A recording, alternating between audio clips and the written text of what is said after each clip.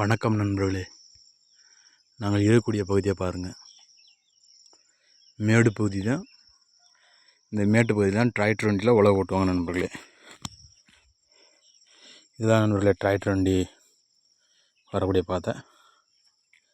இதுதான் நண்பர்களே மேலே போகும். எப்படி உழவு ஓட்டிருக்காங்கன்னு பாருங்கள். இந்த பகுதியில் இருக்குங்களா,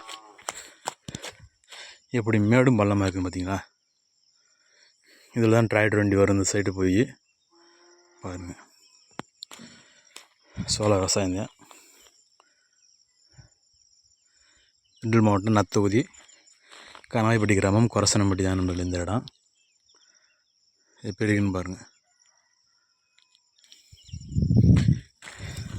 இதான் நண்பர்களே வண்டு கடிக்கு குடிக்கக்கூடிய இயற்கை மருந்து. எப்படிப்பட்ட வண்டு கடியாக இருந்தாலும் சரியாயிரும் நண்பர்களே.